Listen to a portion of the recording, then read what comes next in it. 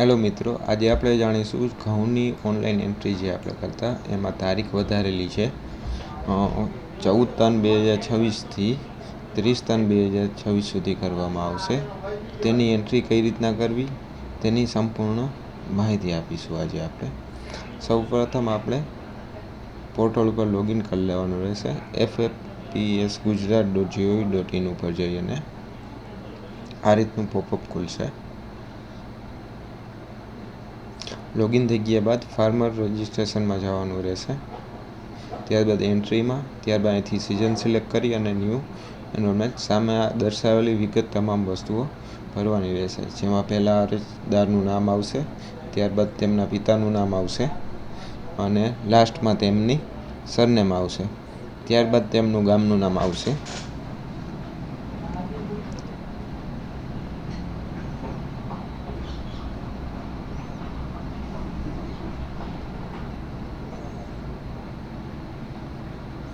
સરનામું 1, 2 અને 3માં same to same નાખી દેશો તોય ચાલશે. ત્યારબાદ આધાર નંબર તેમનો નાખવાનો રહેશે.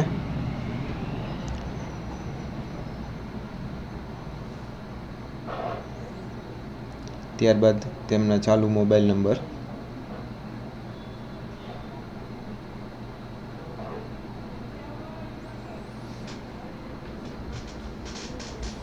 મોબાઈલ નંબર એડ કર્યા બાદ જેમ આધાર કાર્ડમાં નામ છે તેમ અહીંયા નામ લખવાનું રહેશે.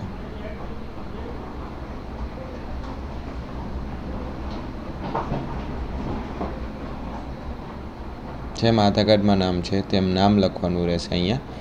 ત્યારબાદ આધાર કાર્ડમાં જો ખાલી સાલ દેખાતી હોય તો યર સિલેક્ટ કરવાનું રહેશે અને પૂરેપૂરી ડેટ ઓફ બર્થ દેખાતી હોય તો આખી ડેટ ઓફ બર્થ નાખવાની રહેશે. ત્યારબાદ ટિક કરી અને વેરીફાઈ ઉપર ક્લિક કરશો એટલે આધાર કાર્ડ તેમનું વેરીફાઈ થશે. જો ફેલ થાય તો તમારા કીતે નામ સ્પેલિંગમાં કાંઈક ભૂલ હશે, જેને તમારે ફરીથી આધાર કાર્ડ ડાઉનલોડ કરી લેવું અથવા ફરીથી એક વખત જેમ આધાર કાર્ડમાં લખેલું છે તેમ નાખવાનું રહેશે.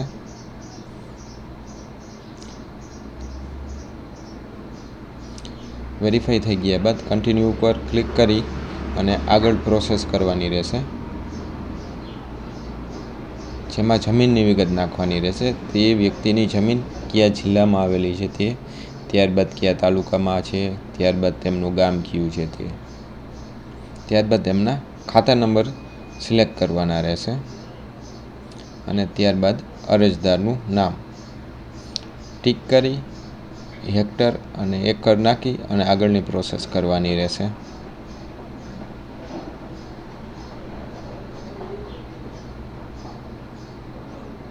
ત્યારબાદ કન્ટિન્યુ ઉપર ક્લિક કરશી એટલે આપણે બેંકની વિગત નાખવાની રહેશે.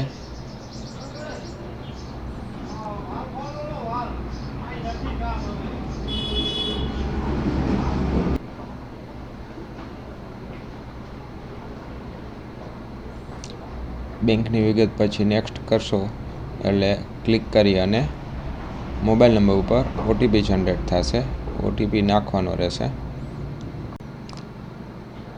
ઓટીપી નાખ્યા બાદ સબમિટ ઉપર ક્લિક કરશો એટલે ફિંગરપ્રિન્ટ કેપ્ચરનું પોપઅપ ખુલશે. ત્યારબાદ એમાં મંત્રા ડિવાઇસ કનેક્ટ હોવો જોઈએ. ત્યારબાદ સિલેક્ટ કરી અને અરજદારનો ફિંગરપ્રિન્ટ લેવાનો રહેશે.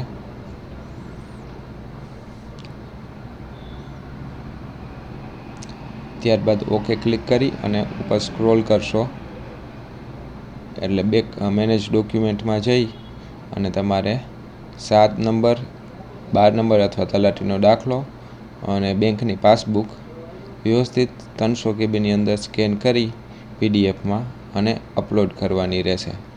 અપલોડ કરતી વખતે ઉપર અહીંયા ક્લિક કરવાનું રહેશે.